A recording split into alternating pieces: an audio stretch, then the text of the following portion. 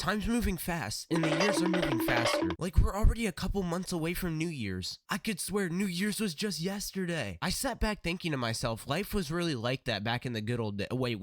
No, not those days. Fast forward, a little bit, and perfect. Life was really just on easy mode back then, and things were actually interesting. It's crazy to think as children we wanted to be adults so bad, just to find out it comes with depression, responsibilities, and taxes. Back then when we were mere children, we had respectable guardians who would look after children. Wait, not those ones. They don't need to be around any children. Our only worries were about good grades and not getting beat. Everything was great, all due to nostalgia. Now, nostalgia's like recovering from drugs. Not that I'd ever know.